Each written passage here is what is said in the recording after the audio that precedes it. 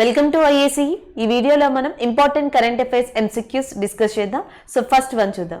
Recently which of the following IPL franchise announce of 7.5 crores for COVID-19 relief in India. So రీసెంట్గా ఏ IPL franchise అనేది మనకి COVID-19 fund కింద ఇండియాకి 7.5 crore మనీని ఇచ్చింది అని అడుగుతున్నారు. ఆప్షన్స్లో మనకి Rajasthan Royals, Chennai super Kings and royal Bengaluru Challengers and Mumbai Indians ఉన్నారు. సో మనకి ఆన్సర్ వచ్చేసి రాజస్థాన్ రాయల్స్.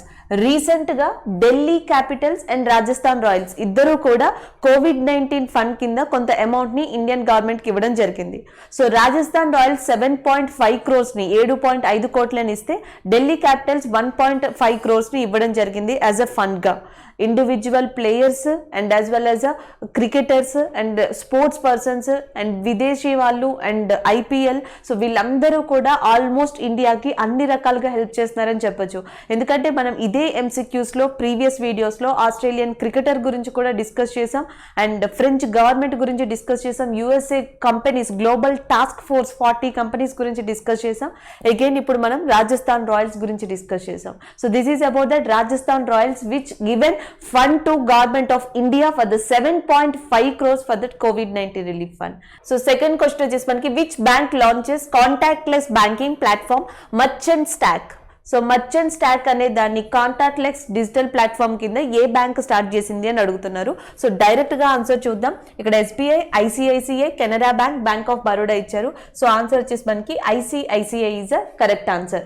సో రీసెంట్గా ICICI ఏమైనా అనౌన్స్ చేసిందంటే ఇండియాలో మనకి 2 కోట్ల దాకా మర్చెంట్ రిటైలర్స్, మర్చెంట్ వ్యాపారస్తులు ఉన్నారు. సో వాళ్ళు దరిదాపుగా సంవత్సరానికి వచ్చి $780 మిలియన్ యొక్క వ్యాపారాన్ని చేస్తారు, ట్రాన్సాక్షన్స్ చేస్తారు. సో అలాంటి వాళ్ళకి కోవిడ్ టైంలో కావచ్చు లేకపోతే డిజిటల్ సెక్యూరిటీ పరంగా ఇంకొన్ని ఫెసిలిటీస్ అంటే మనకి zero current account status maintain చేస్తూ డిజిటల్ స్టోరేజ్ని మెయింటైన్ చేస్తూ ఇలాంటి ఫ్యూచర్స్తో ఉన్న ఒక డిజిటల్ ప్లాట్ఫామ్ని తీసుకురావడం కోసం ICICI బ్యాంక్ అనౌన్స్ చేసింది. దాని యొక్క పేరే మనకి మర్చెంట్ స్టాక్ అనేది.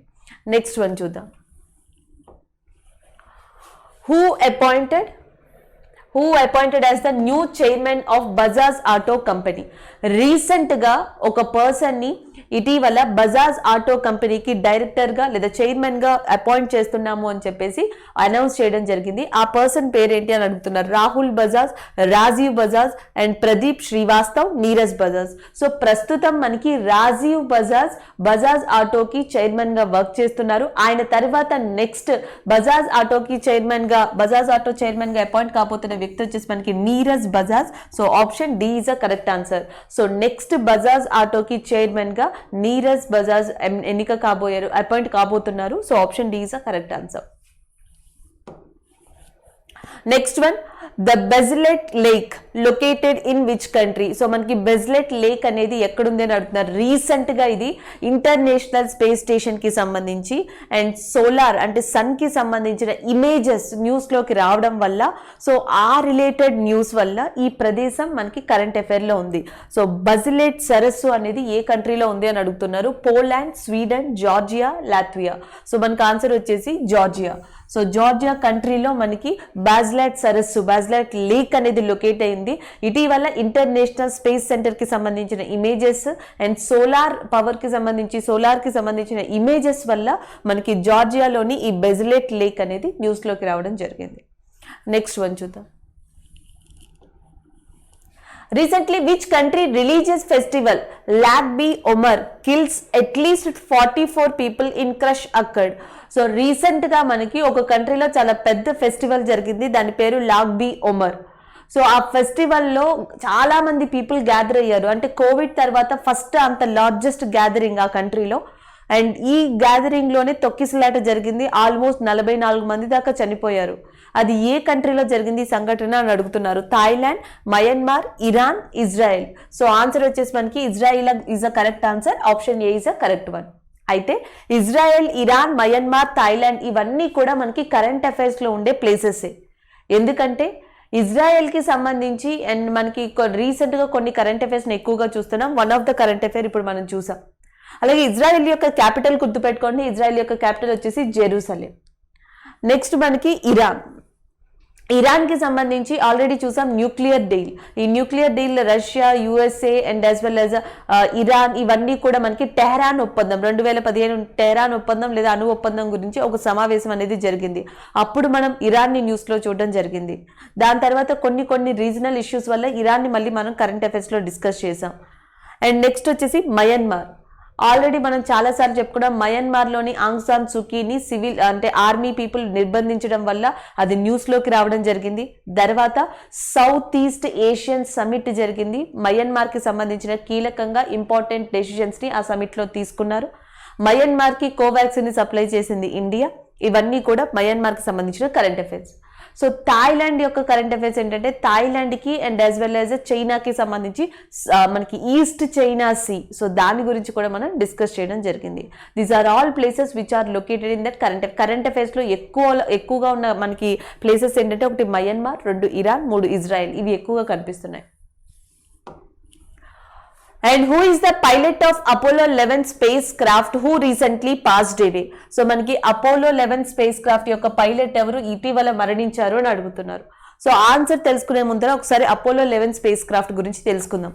ఇది యుఎస్ఏకి చెందిన స్పేస్ క్రాఫ్ట్, యుఎస్ఏకి చెందింది. జనరల్గా ఈ స్పేస్ క్రాఫ్ట్ దేనికోసం యూజ్ చేశారు అంటే మూన్, చంద్రుడి మీద మనకి స్పేస్ పరీక్షలకి గాను అంటే చంద్రుడి మీద మొట్టమొదటిగా యుఎస్ఏకి సంబంధించి one of the important space క్రాఫ్ట్గా అపోలోని చెప్పొచ్చు. అయితే అపోలో 11కి సంబంధించి మనకి ఇంకొక ఇంపార్టెంట్ థింగ్ ఏంటంటే నీల్ ఆమ్స్ట్రాంగ్ మూన్ మీద అంటే చంద్రుడి మీద మొట్టమొదటిగా అడుగుపెట్టిన వ్యక్తి అని చెప్తా ఉంటారు. సో ఆ పర్సన్ మనకి అమెరికాకి చెందిన ఆస్ట్రోనట్. సో ఆ ఆస్ట్రోనట్ అపోలో 11తో మనకి అనుబంధం కలిగి ఉన్న వ్యక్తి. అయితే ఈ అపోలో 11 అనేది చంద్రుడికి సంబంధించి అంటే మూన్కి సంబంధించిన ఇంపార్టెంట్ స్పేస్ మిషన్ ఇది. అది కూడా యుఎస్ఏకి సంబంధించింది. అండ్ దీన్ని పైలట్ వచ్చేసి మనకి Michael కాలనిస్.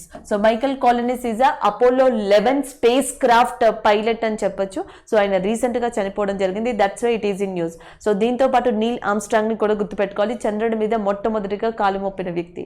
And next one. So next question వచ్చేసి when is the international jazz day? So international jazz day ఎప్పుడని అడుగుతున్నారు.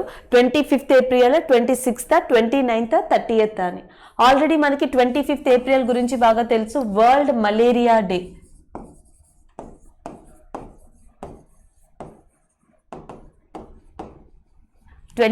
ఏప్రిల్ దీని గురించి మనం చాలా డిస్కస్ చేసుకున్నాం. వ్యాక్సిన్ గురించి కానీ, లార్జెస్ట్ కంట్రీ డేటా, WHO ఇవన్నీ ఆల్రెడీ డిస్కస్ చేసాం. దాని తర్వాత మనకి 26th April world intellectual property day. World intellectual property day అనేది మనకి ఎప్పుడు అంటే that is 26th April. Next వచ్చేసి 29th ఏప్రిల్ నిన్నే డిస్కస్ చేసాం, ఇంటర్నేషనల్ డాన్స్ డే. సో మనకి నెక్స్ట్ వచ్చేసి ఇంటర్నేషనల్ జాజ్ అని అడుగుతున్నారు. Jazz is a musical instrument. మనకి ఈ సితార్ కానీ, వయలిన్, గిటార్, పియానో ఇవన్నీ ఎట్లానో సో సేమ్ జాజ్ కూడా one of the music instrument. ప్రపంచవ్యాప్తంగా దానికంటూ చాలా ఆదరణ ఉంది వెస్టర్న్ కంట్రీస్లో. సో దాని గురించి ప్రత్యేకంగా అవేర్నెస్ ఇవ్వడం కోసం యునెస్కో నవంబర్ 2011లో every year April 30th international jazz day కింద సెలబ్రేట్ చేయాలని రికగ్నైజ్ చేసింది. సో ఇంటర్నేషనల్ జాజ్ డే అనేది ఎప్పుడు అంటే 30th April. Option D is a correct answer. So next one చూద్దాం. Who is the author of the book Karma a yogi guide? So మనకి Karma a yogi guide అనే book ని టు క్రాఫ్టింగ్ యువర్ డెస్టినీ అనే book ని రాసింది ఎవరు అని అడుగుతున్నారు. ఆప్షన్స్ లో Sadhguru, Swami Chinmayananda and Gavin Flood and Stephen P Huler. So మనకి ఆన్సర్ వచ్చేసి సద్గురు. సో సద్గురు మనకి ఈ Karma the A yogi's guide to crafting your destiny అనే దాన్ని రచించడం జరిగింది. దాంతోపాటు death the inside the story and next inner engineering, Adi yogi ఇలాంటి బుక్స్ని కూడా మనకి సద్గురు రాశారు. ఆది యోగి, డెత్ అనే బుక్ని, ఇన్నర్ ఇంజనీరింగ్. సో ఈ బుక్స్ అన్నిటిని రాసింది కూడా మనకి సద్గురుని. Is a very famous spiritual person in India అని కూడా చెప్పొచ్చు. Next one. Which bank board has approved the reappointment of Amitabh Chaudhary as a MD and CEO of the bank?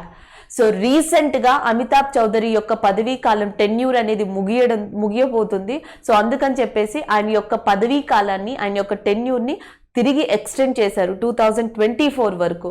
So Amitabh Chaudhary ఇప్పుడు ప్రస్తుతం MD and CEO of Axis బ్యాంక్కి work చేస్తున్నారు. And 2024 దాకా దానికి ఆ బోర్డుకి యాక్సిస్ బ్యాంక్ బోర్డుకి ఎండి అండ్ సిఓగా వర్క్ చేయనున్నారు. So option B is a correct answer. ఎందుకంటే federal bank, Axis bank, ICICI bank, City Union bank ఇచ్చారు. So answer is Axis. అంటే ఈ రోజు కరెంట్ అఫైర్లో మనకి 2 బ్యాంక్స్ న్యూస్లో ఉన్నాయి. ఐసిఐసిఐ బ్యాంక్ ఇంట్రడ్యూస్ చేసిన డిజిటల్ ప్లాట్ఫామ్ వచ్చేసి మర్చెంట్ స్టాక్. అండ్ నెక్స్ట్ మనకి యాక్సిస్ బ్యాంక్ యొక్క ఎండి అండ్ చైర్మన్, బోర్డు యొక్క MD and chairman Amitabh Chaudhary reappoint అయ్యారు. So that is also news. Next one. Recently, the archaeological team found the mysterious plain of jars located in which country? So recent గా పురావస్తు శాస్త్రవేత్తలు మనకి కొన్ని jars ని కనుగొన్నారు. అది ఏ ప్రాంతంలో కనుగొన్నారో అని అడుగుతున్నారు. ఆప్షన్స్ లో Thailand, Israel, Egypt and Laos ఇచ్చారు. సో ఆన్సర్ వచ్చేసి మనకి Laos is a correct answer. Option D. దీనినే ప్లెయిన్స్ ఆఫ్ జార్స్ అని కూడా పిలుస్తారు ఈ ప్రదేశాన్ని. అంటే మనకి ఒక చాలా పెద్ద వ్యాస్ట్ ల్యాండ్ లో 1000 కొద్ది అంటే వేల కొద్ది జార్స్ అనేవి దొరికాయి. సో ఆ జార్స్ ఏంటంటే జనరల్ గా దాన్ని గ్రానైట్ తో కానీ లేకపోతే శాండ్ స్టోన్ తో కానీ ఇలాంటి వాటితో తయారు చేసినవి, రకరకాల స్టోన్స్ తో తయారు చేశారు. ఈ జార్స్ ని లావోస్ లో ఎప్పుడో పురావస్తు శాస్త్రవేత్తలు కనుగొన్నారు. అండ్ వాళ్ళు ఏం చెప్పారంటే ఇది ఏన్షియంట్ హిస్టరీకి అంటే బాగా పూర్వ చరిత్ర టైంలో ఉన్న వస్తువులు, వాటిని రికగ్నైజ్ చేశారు. కానీ అవి ఎందుకు వాడారు అనేది అప్పటి నుంచి కూడా డైలమా. అంటే వీట్, రైస్, వైన్ ఇలాంటివి స్టోర్ చేసుకోవడం కోసమా లేకపోతే వేరే వాటి కోసమా అని రీసెంట్ గా ఒక రీజన్ అనేది బయటకు వచ్చింది. ప్లెయిన్ ఆఫ్ జార్స్ యొక్క రీజన్ అనేది బయటకు వచ్చింది. అది బరియల్ సిస్టమ్ కి సంబంధించి అంటే శ్మశాన వాటికలు అంటాం కదా, అలాంటి ప్రదేశాల్లో ఈ జార్స్ ని వాడారు. అవి ఎలాంటి ప్రదేశాలు అని చెప్పేసి రీసెంట్ గా లావోస్ శాస్త్రవేత్తలు, పురావస్తు శాస్త్రవేత్తలు కొన్ని ఆధారాలతో ఇలాంటి వాటిని ఇవ్వడం జరిగింది. So that's why it is in news. మనకి ఎక్కడైనా ఇండియాలో ప్లేస్ కనిపిస్తే ఎలా గుర్తుపెట్టుకుంటామో దీన్ని కూడా గుర్తుపెట్టుకోవాలి. లావోస్ లో ఇటీవల కనిపించిన వన్ ఆఫ్ ద ప్లేస్ ఏది అంటే ప్లెయిన్స్ ఆఫ్ జార్స్ అనే ప్లేస్ కనిపించింది లావోస్ లో. 2019లో యునెస్కో దీన్ని ప్రపంచ వారసత్వపు ప్రదేశంగా రికగ్నైజ్ చేసింది. UNESCO is recognised as a world heritage site that is plains of jars in 2019. నిన్న నేను దీన్ని మనకి డిస్క్రిప్టివ్లో డిస్కస్ చేసాం. అప్పుడు కూడా చెప్పాను 2019లో లావోస్లోని ప్లెయిన్స్ ఆఫ్ జార్స్ని యునెస్కో వరల్డ్ హెరిటేజ్ సైట్గా రికగ్నైజ్ చేస్తే ఇదే 2019లో ఇండియాలో కూడా జైపూర్ సిటీని యునెస్కో ప్రపంచ వారసత్వ ప్రదేశంగా రికగ్నైజ్ చేయడం జరిగింది. నెక్స్ట్ వన్ చూద్దాం. India supplied COVID-19 vaccine under the which program which began on January 21st. So మనకి ఏ కార్యక్రమం ద్వారా ఇండియా వ్యాక్సిన్ ని సప్లై చేస్తుంది, గవర్నమెంట్ ఆఫ్ ఇండియా వ్యాక్సిన్ ని సప్లై చేస్తుంది అని అడుగుతున్నారు. ఆప్షన్స్ లో vaccine donate and next Maitri Sambhav, operation vaccine Maitri. So answer వచ్చేసి మనకి vaccine Maitri is a correct answer. So vaccine Maitri అనే ప్రోగ్రామ్ ఆధారంగా India is distributing, India is giving vaccines అని చెప్పొచ్చు, కోవిడ్ కి సంబంధించిన vaccines. So that is about that vaccine Mythri. And next one చూద్దాం. Which person has represented India at the G7 Digital and Technology Ministerial Meeting? So మనకి ఇటీవల G7 యొక్క digital and technological ministerial meeting జరిగింది. అయితే India తరపున ఈ summit లో పాల్గొన్న వ్యక్తి ఎవరని అడుగుతున్నారు. పీయూష్ గోయల్, ఈయన ఇప్పుడు ప్రస్తుతం మనకి రైల్వే మినిస్టర్ గా వర్క్ చేస్తున్నారు. And next Nirmala Sitharaman, finance minister, భారతదేశ ఆర్థిక శాఖ మంత్రిగా వర్క్ చేస్తున్నారు. అండ్ నెక్స్ట్ రవిశంకర్ ప్రసాద్, ప్రకాష్ జావేద్కర్ ఉన్నారు. సో ఆన్సర్ వచ్చేసి మనకి Ravishankar Prasad is a correct answer. So recently G7 digital technology summit కి ఇండియా తరపున హాజరైన వ్యక్తి రవిశంకర్ ప్రసాద్.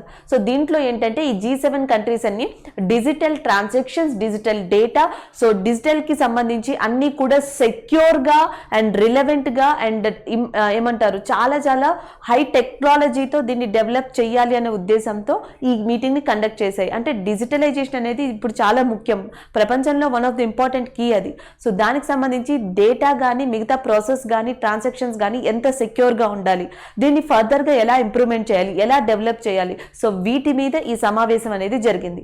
ఆల్రెడీ మీకు G7 కంట్రీస్ తెలుసు. 1975లో ఎకనామికల్ పరంగా పొలిటికల్ పరంగా స్ట్రాంగ్ అవ్వడం కోసం 7 దేశాలు నిర్మించుకున్న సమిట్ ఇది. సో ఈ 7 కంట్రీస్ ఏంటంటే ఒకటి వచ్చేసి USA ఉంది, రెండోది వచ్చి కెనడా ఉంది, and next UK is there, and next France is there, and next Germany is there, Italy is there, and Japan. So టోటల్గా మనకి 7 కంట్రీస్ ఉంటాయి. Japan, Italy, Germany and UK, France, US and Canada. 1997లో Russia is also joined in the G7 summit and అది join అయిన తర్వాత G7 కాస్త G8 అయింది. కానీ 2014లో రష్యా ఉక్రెయిన్తో యుద్ధం చేయడం వల్ల రష్యాని G8 కంట్రీస్ నుంచి తప్పించారు 2014లో. దాని తర్వాత తిరిగి అది మళ్ళీ G7 కంట్రీస్గానే మారిపోయింది. నెక్స్ట్ వన్ చూద్దాం. Which of the following country has host the Defender Europe 21 military exercise? So ఈ కింది వాణిలో ఎవరు డిఫెండర్ యూరప్ 21 మిలిటరీ ఎక్సర్సైజ్ ని కండక్ట్ చేశారని అడుగుతున్నారు. ఈ యుద్ధ విన్యాసం ప్రపంచంలోనే వన్ ఆఫ్ ద అతిపెద్ద యుద్ధ విన్యాసంగా చెప్పొచ్చు. ఆల్మోస్ట్ మనకి NATO, North Atlantic Treaty Organisation and Europe కి సంబంధించిన కంట్రీస్, అంటే అవి బాల్కన్ కంట్రీస్ కావచ్చు, బ్లాక్ సీ దగ్గర ఉన్న కంట్రీస్ కావచ్చు, అవి and as well as USA. So ఇవన్నీ కూడా మనకి దాదాపుగా 28,000 మంది ఫోర్సెస్ తో ఈ యుద్ధ విన్యాసంలో పార్టిసిపేట్ చేయబోతున్నాయి. 12 చోట్ల దాదాపుగా ఈ యుద్ధ విన్యాసాన్ని ఈ సంవత్సరం 12 చోట్ల లేదా 12 కంట్రీలలో నిర్వహించబోతున్నారు. మొట్టమొదటిగా ఈ యుద్ధ విన్యాసాన్ని ఎక్కడ ప్రారంభించారు అంటే అల్బేనియాలో స్టార్ట్ చేశారు. Option D is a correct answer. So Defender Europe 21 military exercise is initially started in the Albania area. Albania లోని ఒక ప్రముఖ పోర్ట్ లో దీన్ని స్టార్ట్ చేశారు. ఒక ప్రముఖ ఓడరేవ్ దగ్గర దీన్ని స్టార్ట్ చేయడం జరిగింది. యాక్చువల్గా లాస్ట్ ఇయరే మనకి ఈ యుద్ధ విన్యాసం స్టార్ట్ అవ్వాల్సి ఉంది యూరోపియన్ కంట్రీస్ లో, బట్ కోవిడ్ వల్ల దాన్ని క్యాన్సిల్ చేయడం జరిగింది. తిరిగి మళ్ళీ ఇప్పుడు రీసెంట్ గా ఈ యుద్ధ విన్యాసాన్ని ప్రారంభించారు. అలాగే North Atlantic Treaty Organisation NATO అనేది మనకి 1949లో ఏర్పడింది. దీని యొక్క హెడ్ క్వార్టర్స్ వచ్చేసి బ్రసిల్స్ లో ఉంది. So Brussels is the headquarters of NATO and which is established in 1949. ముఖ్యంగా దీని యొక్క ఉద్దేశం ఏంటంటే మిలిటరీ సైనిక సహకార కూటమి. The military alliance is the main goal and the main importance of North Atlantic Treaty Organisation. Next one చూద్దాం. Recently, which of the following countries has formally launched the Supply Chain Resilience Initiative? So మనకి supply chain resilience initiative ఏంటంటే Indo Pacific region లో, అంటే అటు హిందూ మహాసముద్రం కావచ్చు, Pacific మహాసముద్రం కావచ్చు, ఇండో పసిఫిక్ రీజియన్ లో ట్రేడ్ పరంగా డెవలప్మెంట్ అండ్ చైనాతో డిపెండెన్సీ అవ్వకుండా చైనా యొక్క ఎకనామిక్ యాక్టివిటీస్ కి మెయిన్ గా చెక్ పెట్టడానికి మిగిలిన వెస్టర్న్ కంట్రీస్ అన్ని కూడా ఈ ఇండో పసిఫిక్ లో వీటి మీద ఆధారపడడం కోసం ఎమర్జెన్సీ సిచ్యువేషన్స్ లో కోవిడ్ టైంలో కానీ, కోవిడ్ లాంటి పాండమిక్ సిచ్యువేషన్ లో కానీ, క్లైమేట్ పరంగా, సైక్లోన్ పరంగా ఇలాంటి టైంలో ఇమీడియట్ రెస్పాన్స్ కోసం 3 కంట్రీస్ కలిసి సప్లై చైన్ రిసైలెన్స్ ఇనిషియేటివ్ అనే దాన్ని స్టార్ట్ చేశాయి. ఆ 3 కంట్రీస్ కూడా India, Japan, Australia. Option A is a correct answer. India, Japan, Australia. So India, Japan, Australia మనకి ఈ సప్లై చైన్ రిసైలెన్స్ ఇనిషియేటివ్ ని ట్రేడ్ కోసం అండ్ చైనాకి అపోజిట్ గా ఈ ఎకనామిక్ యాక్టివిటీస్ ని పెంపొందించడం కోసం, చైనా మీద డిపెండెన్సీని తగ్గించడం కోసం స్టార్ట్ చేశాయి. ఇది వరకు ఆల్రెడీ మనకి India and as well as USA, Japan and దాంతో పాటు ఆస్ట్రేలియా, ఈ 4 కంట్రీస్ కలిసి ఆల్రెడీ ఒక సమిట్ గా ఏర్పడ్డాయి. దాన్ని క్వాడ్ అని చెప్పి పిలుస్తున్నాం. సో క్వాడ్ కంట్రీస్ అంటే ఆస్ట్రేలియా, జపాన్, యుఎస్ఏ, ఇండియా. ఇవి కూడా ఎకనామిక్ యాక్టివిటీస్ ని, పొలిటికల్ యాక్టివిటీస్ ని చైనాకి వ్యతిరేకంగా, one of the main aim చైనాకి వ్యతిరేకంగా ఇవి డెవలప్ చేసుకుంటున్నాయి. ఎకనామిక్ పరంగా కానీ, పొలిటికల్ పరంగా కానీ స్ట్రాంగ్ అవ్వడం కోసం అవి క్వాడ్ కంట్రీస్ గా చెప్పొచ్చు.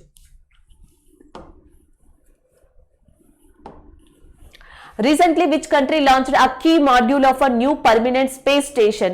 So, ఈ కంట్రీ ఇటీవల మనకి ఒక పర్మనెంట్ స్పేస్ స్టేషన్ యొక్క మాడ్యూల్ ని అనౌన్స్ చేసింది అని అడుగుతున్నారు. Russia, China, Japan, north Korea. యాక్చువల్గా మనకి ఇప్పుడు ప్రస్తుతం వర్క్ అవుతుంది ఏది అంటే ఇంటర్నేషనల్ స్పేస్ సెంటర్ అంటాం, ఐఎస్ఎస్.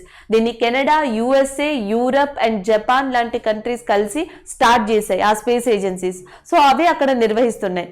స్పేస్ క్రాఫ్ట్స్ ఏవైతే మనకి మార్స్ మీద, మూన్ మీద, వేరే ప్లానెట్స్ కోసం వెళ్తూ ఉంటాయో ఆ స్పేస్ క్రాఫ్ట్ కి సంబంధించిన ఆపరేషన్స్ అన్ని కూడా, దాని టెక్నికల్ ఇష్యూస్ అన్ని కూడా ఇంటర్నేషనల్ స్పేస్ స్టేషన్ లో మనకి క్లియర్ చేయబడతాయి. చాలా మంది ఒక group of people international space station కి డిఫరెంట్ కంట్రీస్ నుంచి పంపబడి వాళ్ళ యొక్క క్రాఫ్ట్ మిషన్స్ అనేవి అక్కడ మనకి డాక్ చేయబడతాయి. సో వీళ్ళు ఆ ప్రాంతంలో ఉండి స్పేస్ కి సంబంధించిన చాలా ఇన్ఫర్మేషన్ రీసెర్చ్ చేయడం, డేటాని కలెక్ట్ చేయడం చేస్తూ ఉంటారు. అయితే ఇప్పుడు ఇంటర్నేషనల్ స్పేస్ స్టేషన్ కాదని చైనా తనంతట తానే ఒక ఓన్ స్పేస్ స్టేషన్ ని తయారు చేయబోతుంది, స్టార్ట్ చేయబోతుంది. అది 2022 నుంచి ఆపరేషన్ లోకి రాబోతుంది. దాన్ని టియాన్ హెన్ అని చెప్పేసి పిలిచింది, లేదా హెవెన్స్ ఆఫ్ హార్మోనీ అని చెప్పి కూడా పిలవచ్చు. సో అలాంటి దాన్ని స్టార్ట్ చేసింది China. Option B is the correct answer. ఇది వరకు ఆల్రెడీ మనం కరెంట్ అఫైర్ లో చేసాం. Russia will be going to start its own space station. So Russia 2025 కల్లా తన ఓన్ స్పేస్ స్టేషన్ ని తయారు చేయబోతున్నాము, ఎస్టాబ్లిష్ చేయబోతున్నాం అని చెప్పేసి అనౌన్స్ చేసింది. సో ఇదే కేటగిరీలో ఆల్రెడీ చైనా తన యొక్క ప్రీ మాడ్యూల్ ని అనౌన్స్ చేయడం కూడా జరిగింది. India is also expecting to the 2030 2030 కల్లా ఇండియా కూడా తన ఓన్ స్పేస్ స్టేషన్ ని నిర్మించుకునే విధంగా ఇస్రో డెవలప్ అవుతుంది అని చెప్పొచ్చు, ఇస్రో డెవలప్ చేస్తుంది అని చెప్పొచ్చు. సో నెక్స్ట్ వన్ చూద్దాం. Which of the Indian online education point is raising $150 million from the UBS group? So మనకి భారతదేశం యొక్క ఏ ఆన్లైన్ విద్యా కంపెనీ UBS గ్రూప్ నుండి $150 బిలియన్ సేకరించింది అని అడుగుతున్నారు. ఆన్సర్ వచ్చేసి మనకి Byju's. So Byju's UBS group నుంచి ఆల్మోస్ట్ మనకి $150 మిలియన్ యొక్క పార్ట్నర్షిప్ ని పొందింది. అయితే ఇక్కడ ఇంకొక విషయం ఏంటంటే ఆల్రెడీ మనం చెప్పుకున్నాం, టైమ్స్ మ్యాగజైన్ ఇచ్చిన one of the important list లో 100 మోస్ట్ ఇన్ఫ్లుయెన్షియల్ ఇన్స్టిట్యూషన్స్ లో లేకపోతే ఇండస్ట్రీస్ లో Byju's and as well as Reliance industry, Jio industry అనేది మనకి ఇండియా తరపున టాప్ ప్లేసెస్ లో ఉన్నాయని చెప్పొచ్చు. Next one. Yanbu port located in which country which was making a news recently? So మనకి యాన్బూ పోర్ట్ అనేది ఇటీవల న్యూస్ లో ఉంది. ఇది ఏ కంట్రీకి సంబంధించింది? ఈజిప్టా, సౌదీ అరేబియానా, అల్బేనియానా, లేకపోతే క్రొయేషియా అని చెప్పేసి అడుగుతున్నారు. సో ఆన్సర్ వచ్చేసి మనకి సౌదీ అరేబియా. సో సౌదీ అరేబియాలో మనకి యాక్చువల్లీ రెడ్ సీ పార్ట్ ఏదైందో ఆ రెడ్ సీ పార్ట్ కి దగ్గరగా మనకి ఎర్ర సముద్రం యొక్క ఆ ప్రాంతానికి దగ్గరగా ఉన్న one of the Saudi Arabia port Yanbu port. So దీనికి సంబంధించి ఇటీవల కొన్ని ప్రాబ్లమ్స్ అనేవి రైజ్ అవడం, కొన్ని అటాక్స్ అనేవి జరగడం వల్ల సో ఈ ప్రాంతంలో ఇది న్యూస్లోకి రావడం జరిగింది. Which of the following women becomes the first women to be appointed as the commanding officer of a road construction company? So మనకి రోడ్ కన్స్ట్రక్షన్ కంపెనీకి కమాండ్ ఆఫీసర్ గా మొట్టమొదటి మహిళ ఎన్నికయ్యారు. ఆ మొట్టమొదటి మహిళ ఎవరు అని అడుగుతున్నారు. ఆప్షన్స్ లో యోగేశ్వరి రాణి, చంద్రాని ప్రసాద్ వర్మ, సంధ్య రసక్తల అండ్ నెక్స్ట్ వైశాలి సురేష్ చంద్ర హివాసి ఉన్నారు. So Vaishali Suresh Chandra Hiwase is recently appointed the first women who is appointed as the commanding officer of road construction company in India. So option A is the correct answer. Recently, which country central bank has joined the network for greeting the financial system as a member of 23rd April 2021? So ఇక్కడ 2021 April 23న ఏ దేశ central bank network greening the financial System లో సభ్యత్వం పొందింది అని అడుగుతున్నారు. Options లో bank of England, bank of Indonesia, bank of Finland, reserve Bank of India ఉన్నాయి. So answer వచ్చేసి reserve Bank of India is correct answer. మనం ఇక్కడ తెలుసుకోవాల్సింది ఏంటంటే నెట్వర్క్ ఇక్కడ ఏదైతే ఉందో network for greeting the Financial system, network for Greening the Financial system.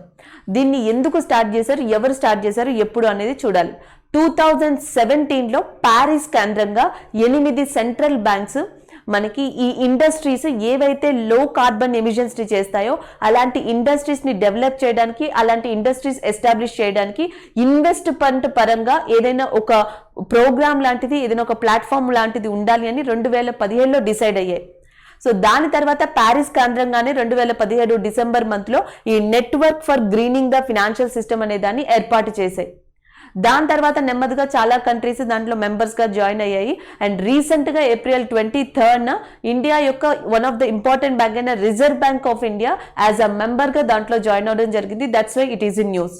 April 26th కి ఈ Network for Greening the Financial System లో టోటల్ గా 90 మెంబర్స్ అనే వాళ్ళు ఇంక్రీజ్ అవడం జరిగింది. So total 90 members are there up to right now in Network for Greening the Financial system.